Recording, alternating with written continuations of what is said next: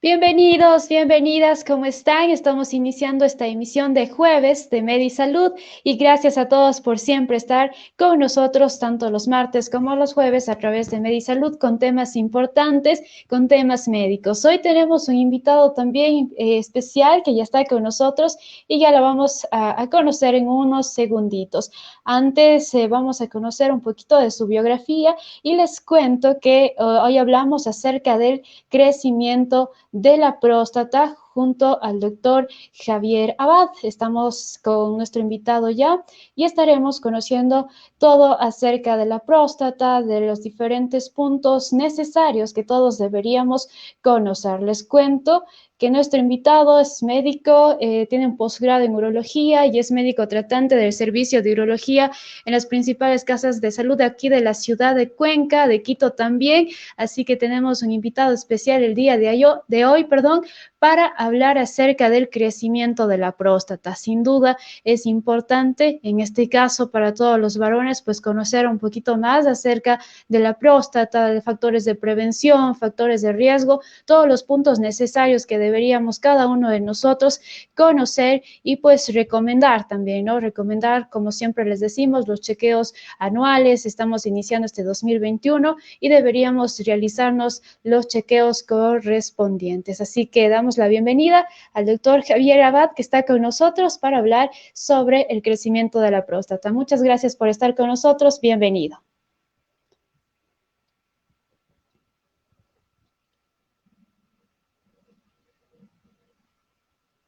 Bienvenido, ¿cómo está? Buenas tardes. Buenas tardes, un cordial saludo para usted, Carlitos, todos los amigos que nos siguen a través de esta plataforma digital. En primer lugar, un agradecimiento a la de Medimagen Radio, la invitación. Y luego, pues mis felicitaciones por abrir estos espacios para interactuar con la colectividad y solventar muchas dudas, inquietudes en las distintas especialidades médicas. Y hoy, en mi área, que es la urología, un tema siempre importante como es el crecimiento prostático benigno. Así es, así que este tema es el día de hoy. Vamos a compartir información que nos va a dar a conocer al doctor Javier Abad. Pues es ideal siempre conocer un poquito más y sobre todo siempre enfocándonos en el diagnóstico temprano. Es siempre lo que decimos y siempre lo que les recomendamos. Ahora, ya entrándonos un poquito ya en el tema, pues sería bueno conocer desde el inicio toda esta enfermedad y creo que sería importante iniciar por qué es la próstata, cuáles son sus funciones. Por supuesto. Bueno, la próstata es una glándula que nosotros la asemejamos tanto en tamaño como en forma a lo que es una nuez. Pesa aproximadamente unos 20 gramos y está ubicada por debajo de la vejiga. Tiene una porción en el conducto uretral que justamente es la que se ve afectada cuando hay el crecimiento de esta glándula. Inevitablemente a todos los varones en algún momento de nuestra vida va a crecer la próstata, pero en algunos habrá sintomatología, en otros no habrán síntomas, y de eso va a depender muchísimo de la terapia, del tratamiento, de la indicación o no de una intervención quirúrgica para la resolución definitiva de esos síntomas. El crecimiento prostático básicamente está mediado por algunos factores. Uno de esos es el factor nutricional. Se habla mucho hoy por hoy del síndrome metabólico, que es eh, el sobrepeso, la obesidad, el sedentarismo, la asociación con enfermedades cardiovasculares como la hipertensión, la dislipidemia o colesterol alto en la sangre y también la diabetes. Esto hace que haya muchos lípidos, muchas grasas circulantes en nuestro organismo y que también puedan eso provocar una causa hormonal que degenere en un crecimiento de la próstata. Hay otros factores como los factores raciales, factores genéticos. También se dice que cuando hay un familiar de primer grado de consanguinidad, o hermanos, papá, que tuvieron un crecimiento prostático, que fueron sometidos a una intervención prostática, nuestro riesgo también aumenta en 4 veces de padecerlo, ¿sí? Entonces, la edad avanzada es otro factor de riesgo. Se dice que a partir de los 50 años un 30% de los varones ya tendremos sintomatología urinaria de carácter obstructivo, pero cuando la edad avanza a partir de los 75, 80 años, ya ese porcentaje aumenta significativamente, un 70, 80% de padecimientos.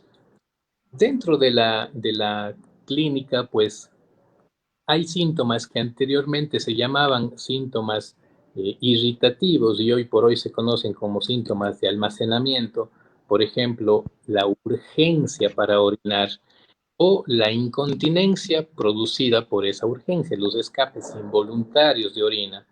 Otro de los síntomas es la frecuencia para orinar en el día o lo que nosotros conocemos como y de un vaciamiento completo. También hay síntomas obstructivos o de almacenamiento como esfuerzo para orinar, pujo para orinar, chorro débil, goteo terminal, intermitencia, que es orinar haciendo pausas, la dubitación o excitancia, que es el esperar un tiempo hasta que salga el primer chorro de la orina. Todos estos síntomas se conocen en general como síntomas del tracto urinario inferior y estos componentes básicamente están mediados por ese carácter de obstrucción en el cuello de la vejiga o también en la porción de la uretra prostática, que son dos factores que se manifiestan de forma radical. El inicial es un factor obstructivo clásico y el segundo ya es un factor, digamos, dinámico, en el que la vejiga ya no puede vencer esa resistencia prostática, ya no puede y empieza a ser que va volviéndose cada vez más débil. Allí ya hay otros componentes más importantes como el reflujo de orina mediado por ese residuo de orina que puede estar quedándose. Ese reflujo puede ascender hacia los riñones y puede causar ya problemas un poco más serios como insuficiencias renales, como hematurias o sangrados en la vía urinaria, tendencia a las infecciones recurrentes, formación de cálculos también en la vía urinaria. No necesariamente tiene una relación con el cáncer prostático, pero siempre que uno hace una recomendación de un chequeo o de una valoración anual, pues de cajón la batería de los exámenes incluye un examen básico de orina y un examen de sangre en donde veremos el PSA o el antígeno prostático específico, que es el marcador tumoral de la próstata. Si bien es cierto, no tiene mucha especificidad para próstata, pero es lo que tenemos hoy por hoy dentro de nuestro arsenal, de nuestro armamento de laboratorio para enrumbarnos y orientarnos hacia un adecuado diagnóstico. Perfecto. Y bueno, justamente iba al tema que usted acaba de mencionar, los exámenes, ¿no? ¿En qué consiste el chequeo prostático? ¿Cuáles son esos exámenes que deben realizarse? Y a partir de qué edad también creo que es un factor importante. Sí, importantísima su pregunta, Carlita. Lo primero, básicamente, es saber que las guías actualmente recomiendan una primera valoración prostática a partir de los 45 años, una vez cada año. Pero cuando hay familiares con cáncer prostático, hermanos o papá que han tenido estos antecedentes, pues se recomienda empezar esta investigación, esta rutina prostática a partir de los 40 y posiblemente cada 6 meses. Lo principal para nosotros es la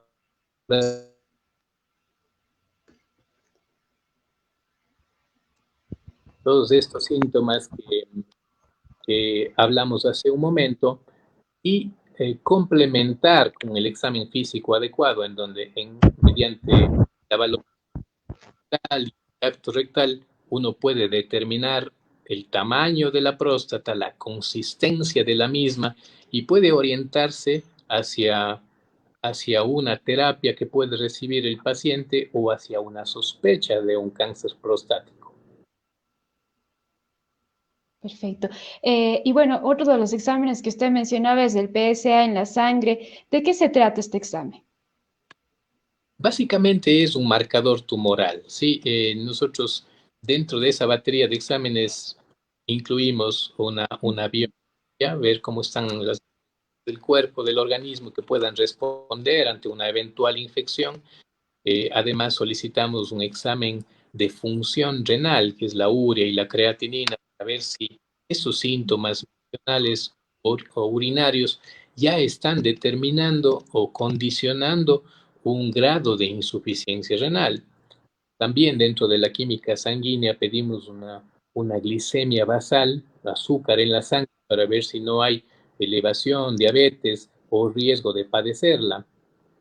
Ya en la batería de exámenes más enfocados a la parte urológica, pues también solicitamos básico de orina. En el examen de orina solemos buscar la presencia de infección de bacterias, de sangre en la orina que justifique una investigación más minuciosa, o la presencia incluso de proteínas que nos haga también pensar que puede haber algún daño ya a nivel del riñón, que deja filtrar estas proteínas, que son moléculas muy grandes y que solo se ven en orina cuando ya hay un daño inminente.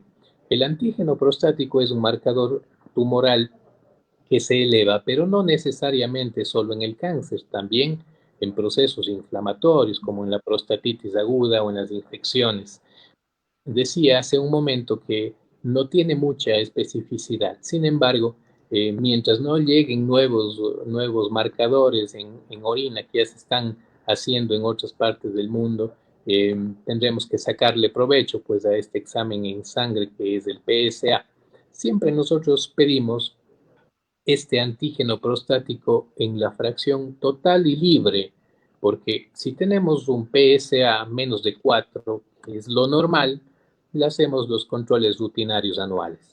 Pero cuando el PSA se encuentra en una zona que nosotros llamamos, que es entre 4 y 10, ahí es donde cobra importante valor la cifra del PSA libre para hacer una relación entre los dos y poder determinar si esa elevación está justificada por una inflamación o por un riesgo de un cáncer y orientarnos hacia una biopsia prostática.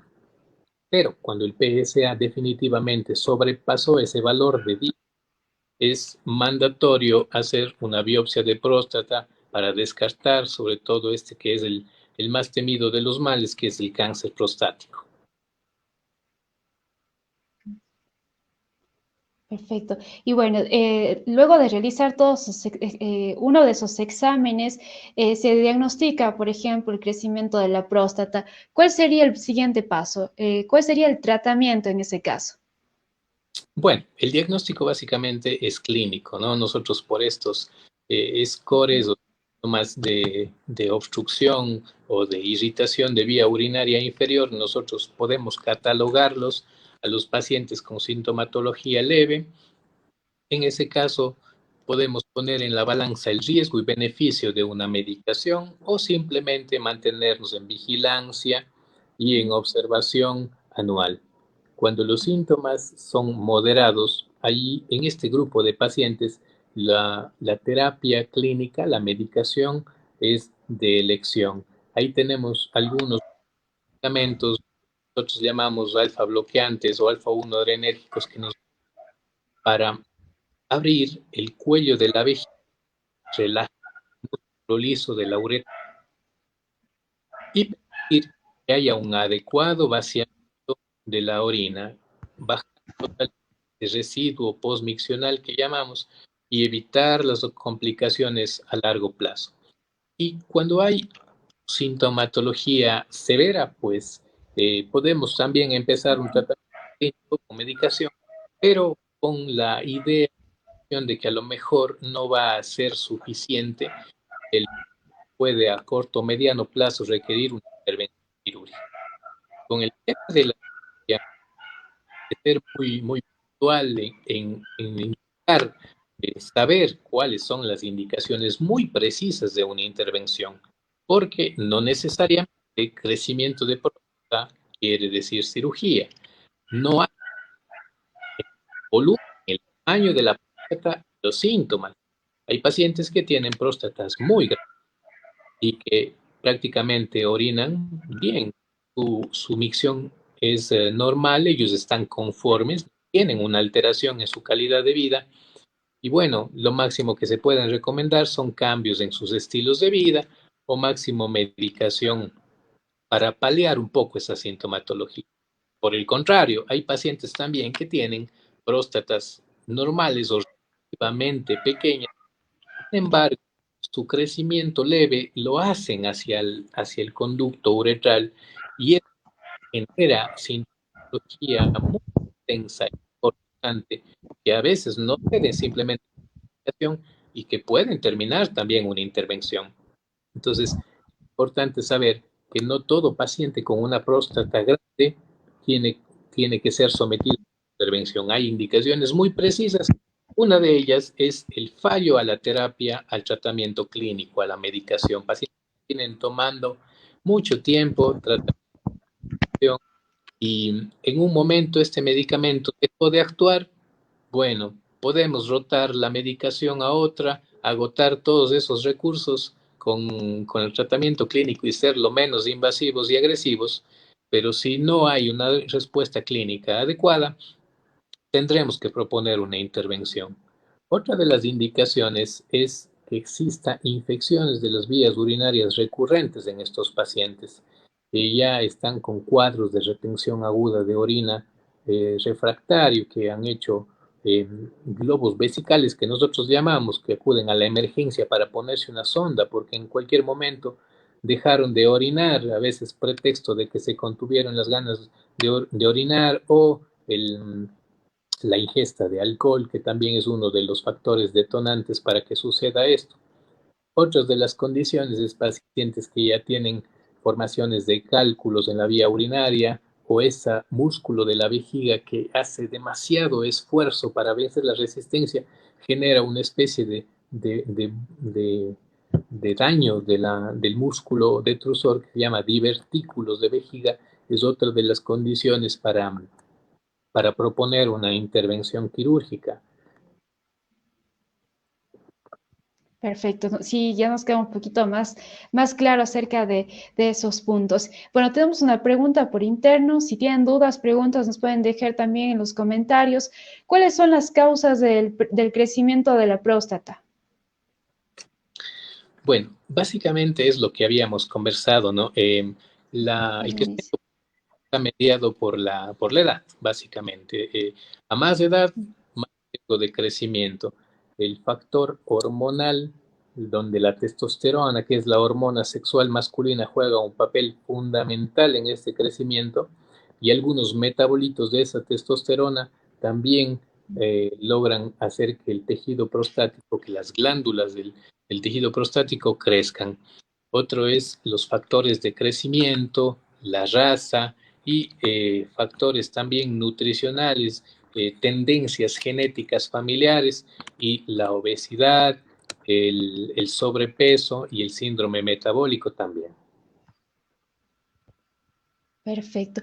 Hace unos momentos usted nos hablaba acerca de la prostatitis.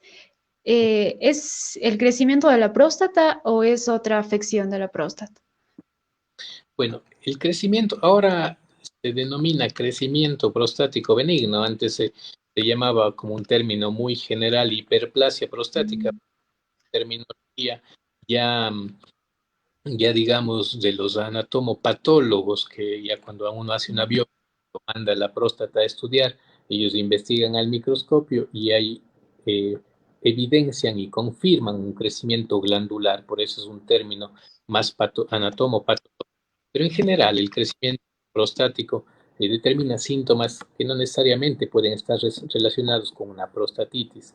Hay prostatitis agudas, que son cuadros, digamos, más dramáticos, en donde el paciente súbitamente puede dejar de orinar, puede tener fiebre, escalofríos, estas retenciones súbitas de orina y que obligan a un internamiento y un manejo con terapia antibiótica endovenosa por algún periodo de tiempo, ¿no?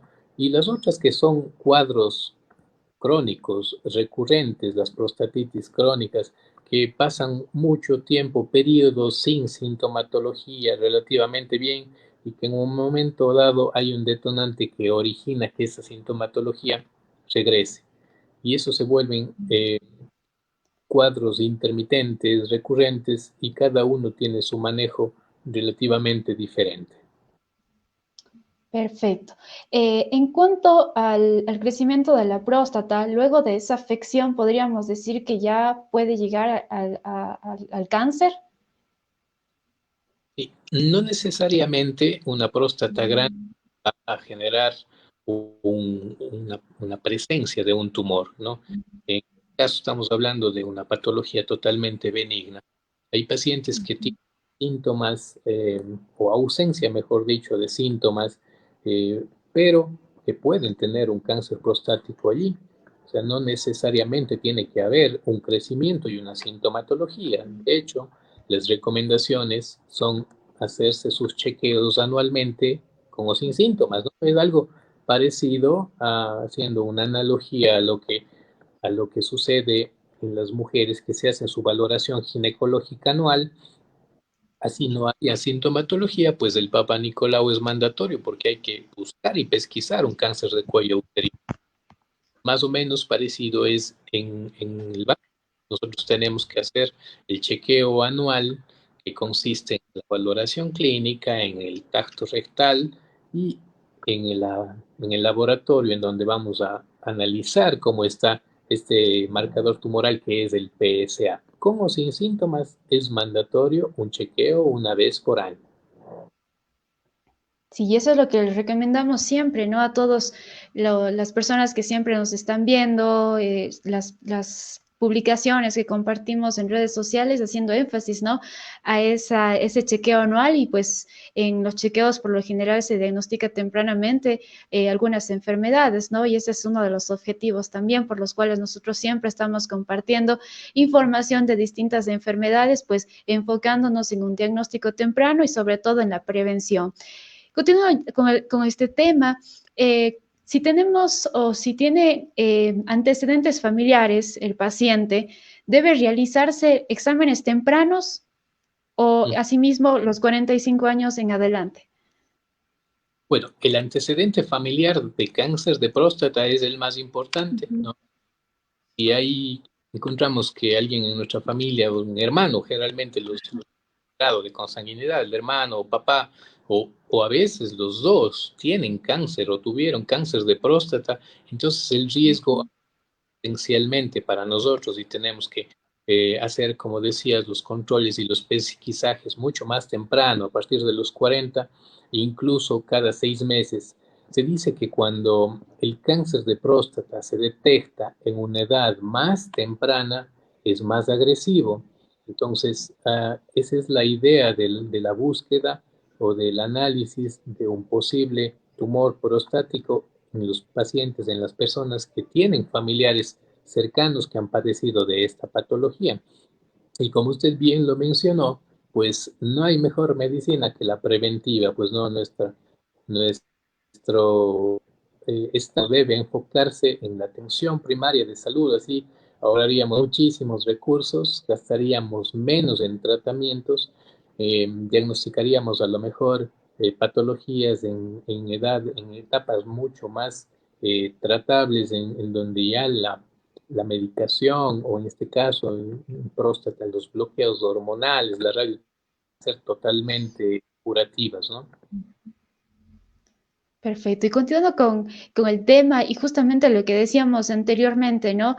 Esos exámenes, esos chequeos que debemos hacer, nos hablábamos del PSA en la sangre y bueno, de otros puntos también, pero en el campo y en el área del diagnóstico también tenemos el diagnóstico por imágenes, por ejemplo.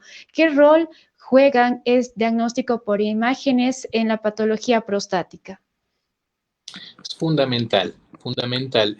No es en sí un estudio que se solicite de rutina, pero como actualmente nosotros valoramos pacientes que ya vienen con algún grado de complicación, en ellos cobra una importancia fundamental, porque en la evaluación y en el rastreo, por ejemplo, de la vía urinaria, no es solo importante el control del tamaño de la próstata, sino la valoración de residuo de orina.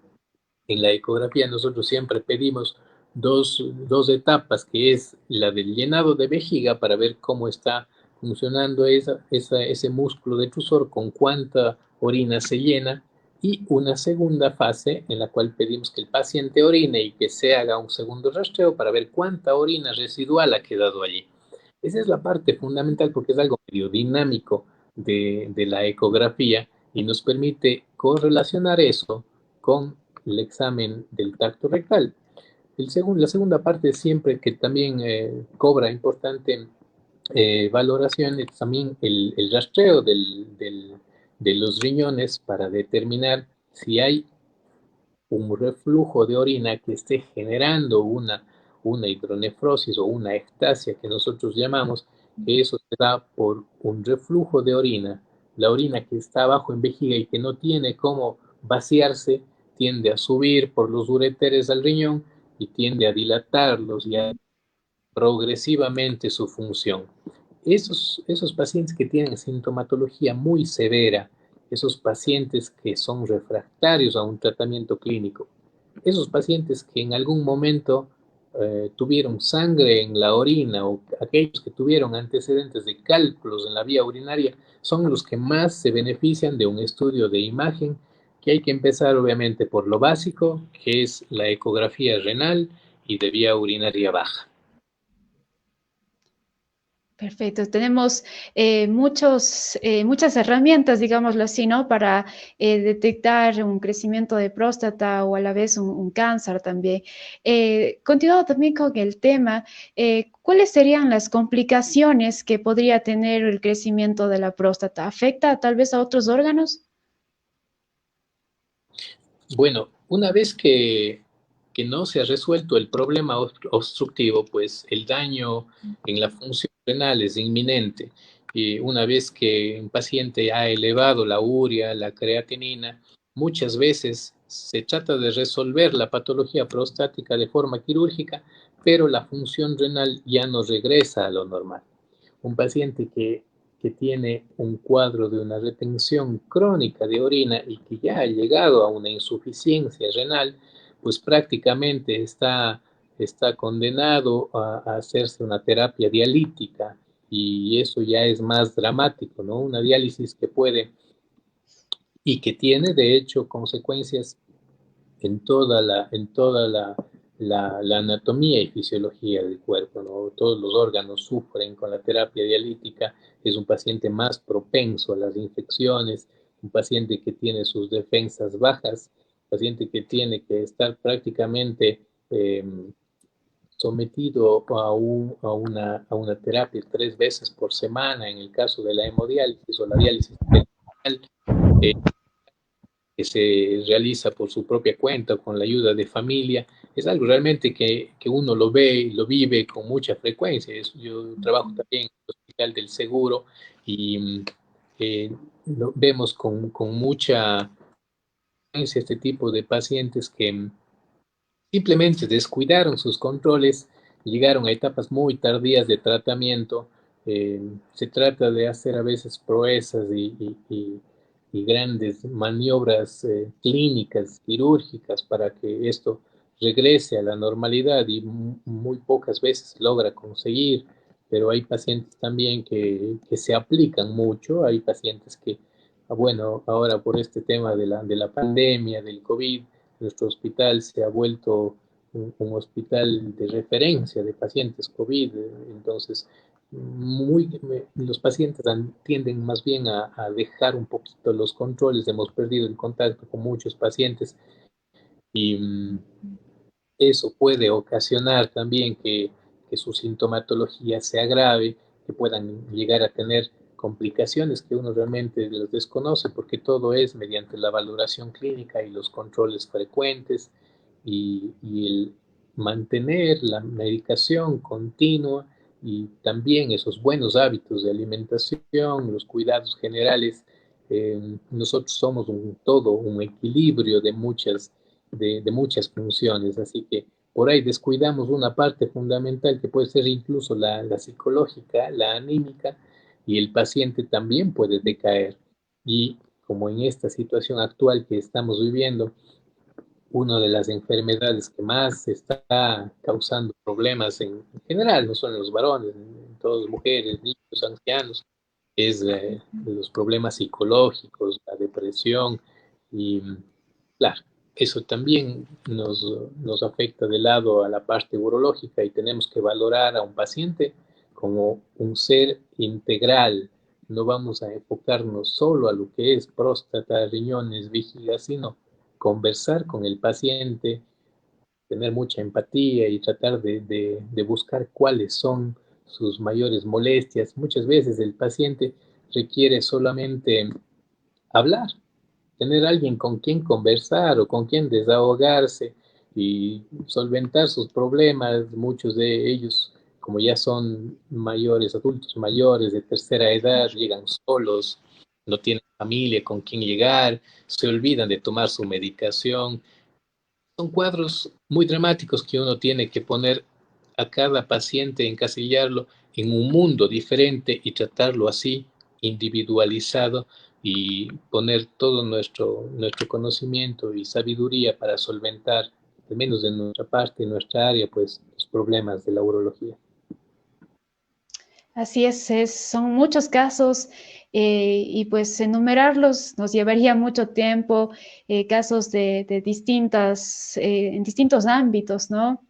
Así que, bueno, nos queda con nosotros, tal vez como hijos, como hermanos, como primos, sobrinos, no sé, como familiares, el hecho de recordar los chequeos, recomendar, estar siempre preguntando, fuiste al médico, ya necesitas estos exámenes. Creo que también la familia juega un papel importante al menos en los chequeos preventivos, ¿no? A veces tenemos miedo. Creo que todos tenemos miedo cuando vamos al médico, tal vez nos digan algo malo, yo creo que eso es normal, pero sin embargo debemos hacerlo porque ahí estaríamos tomando esa concientización que necesitamos todos y así pues no tener complicaciones mayores con el diagnóstico temprano. Otro punto importante que nos gustaría conocer también es esta tarde acerca de la biopsia de próstata. ¿Cuáles serían esos posibles resultados con una biopsia? Bueno, la biopsia, como conversamos hace un momento, tiene indicaciones muy precisas, ¿no? La biopsia prostática se recomienda cuando uno al examen físico encuentra un nódulo prostático sospechoso. La próstata tiene una consistencia blanda, pero cuando hay una zona más dura de lo habitual, independientemente del hallazgo del PSA, que puede estar normal o puede estar elevado, pues es mandatorio hacer una biopsia prostática. Segundo, cuando tenemos esas cifras de entre 4 y 10 que conversamos, tenemos que ver los valores de PSA libre y total y ver si se inclinan hacia un proceso tumoral. Y cuando el PSA sobrepasó los 10, pues hay que hacer las biopsias. Las biopsias, por lo general, se hacen mediante una ecografía. Lo hace el médico de imágenes, el radiólogo, en donde por un estudio ecográfico rectal ubica anatómicamente los lóbulos de la próstata, que son básicamente dos, y toma muestras de los dos lados. Nosotros solemos pedir una biopsia por sextantes, que se llama, en donde toma 6 muestras de un lóbulo y 6 muestras de otro lóbulo. En total, 12 muestras que se van a analizar con el médico patólogo para definir si ese nódulo que palpamos al inicio o esa elevación de PSA que encontramos en el laboratorio es debido a un crecimiento por cáncer o simplemente a una inflamación, una prostatitis, una hiperplasia, que son los diagnósticos más frecuentemente vistos en las biopsias de próstata. Es un procedimiento que es bastante bien tolerado, porque se le pone anestesia con sedación o anestesia local, y es ambulatorio, ¿no? El paciente en ese momento luego se recupera de anestesia y puede ir a casa con los cuidados, obviamente, y recomendaciones generales de reposo, de terminar con el tratamiento antibiótico, pues porque se realiza la biopsia a nivel transrectal, siempre hay el riesgo de contaminación y de que se presente una prostatitis por el procedimiento, y que eso puede ser hasta en un 2 o 3% de los casos. Y a veces requiere internamiento también con manejo de antibióticos vía venosa, en algunos casos que pacientes han generado o han tenido prostatitis por la biopsia, pero en general es bastante bien tolerado. A veces también hay retenciones de orina secundarias a la biopsia o sangrados transrectales o sangrados por la orina, que es la hematuria que llamamos nosotros, secundarios a la biopsia. Pero el, la indicación es muy precisa y sobre todo la validez del pesquisaje del hallazgo está determinada por la biopsia. Uno puede tener una sospecha por el examen físico, el tacto rectal o por el examen de sangre, pero no hay nada que confirme si no es la biopsia. Perfecto. Ya para ir cerrando el programa, creo que es importante también conocer los factores de prevención en este caso. Exactamente, sí, como habíamos mencionado, pues no hay mejor medicina que la preventiva, ¿no? Y si nosotros podemos empezar a cambiar nuestros hábitos para mejor, pues sería la primera carta que debemos jugarnos.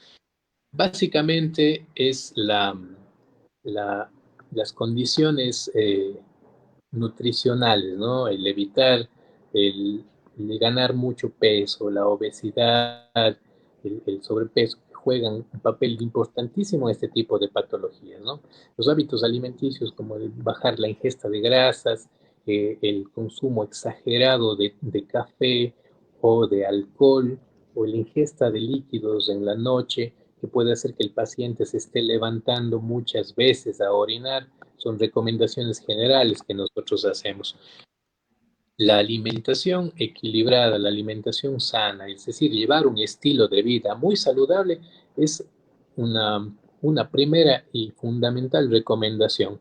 Y allí, pues, como hay situaciones que ya no dependen mucho de los factores externos, como la alimentación, entonces ya hay cargas genéticas ya en nuestra familia, en nosotros mismos, que nos van a hacer que estemos predispuestos en algún momento, tarde o temprano, a un crecimiento o a padecer de un cáncer, pues ahí ya no tenemos mucho que hacer, salvo acercarnos a la consulta médica anual, al chequeo urológico anual, en donde podamos nosotros ir despejando y descartando todas esas dudas que podemos tener con respecto a la patología prostática. Así es, así que les dejamos esos consejos en cuanto a cambiar nuestro estilo de vida, tener un estilo de vida más saludable, evitar el sedentarismo, realizar ejercicios, como la Organización Mundial de la Salud nos recomienda al menos 30 minutitos de caminata, pues es importante no estar sedentarios, es decir, no hacer ejercicio, solo estar frente al computador o realizando sus actividades laborales, personales, profesionales, sin realizar ningún tipo de actividad extra. Así que esas recomendaciones las podemos también dejar en esta tarde. Agradecer también al doctor Javier Abad por haber estado esta tarde con nosotros. No sé si tenemos algunas conclusiones, para ya terminar nuestro programa. Bueno, básicamente reiterar el agradecimiento a ustedes por la invitación y siempre pues a las órdenes para solventar cualquier duda en la rama urológica y esperar que se encuentren bien ustedes en casa, a las personas que nos están viendo, a sus familias, ¿no? Siguen siendo situaciones y momentos difíciles para todos, tenemos que lograr sobrellevarlas con el mayor de los cuidados, seguirnos protegiendo, seguir haciendo y cumpliendo todas las recomendaciones que nos dicta el Ministerio de Salud, la Organización Mundial de la Salud, y protegernos y proteger a nuestra familia y a nuestros seres queridos. Pues de corazón, gracias y que hayan bendiciones en sus hogares. Muchísimas gracias y de igual manera para usted también. Gracias a todos quienes estuvieron en sintonía también con nosotros a través de nuestro Facebook Live y también recuerden que nos pueden escuchar a través de www.medimagenradio.net y nosotros estamos siempre pendientes de sus dudas, de sus inquietudes, preguntas que de igual manera nos pueden dejar en estos comentarios. Gracias a todos, que tengan una excelente tarde y volveremos con una emisión más de MediSalud. El día martes estaremos hablando sobre el bruxismo junto a la odontóloga Andrea Villavicencio, así que les esperamos. Y el jueves también hablaremos acerca del Día Mundial del Cáncer, así que tenemos una semana muy importante y espero que desde ya nos puedan acompañar. Soy Carla Arce y hoy estuvimos junto al doctor Javier Abad hablando acerca del crecimiento de la próstata. Gracias a todos, que tengan una excelente tarde.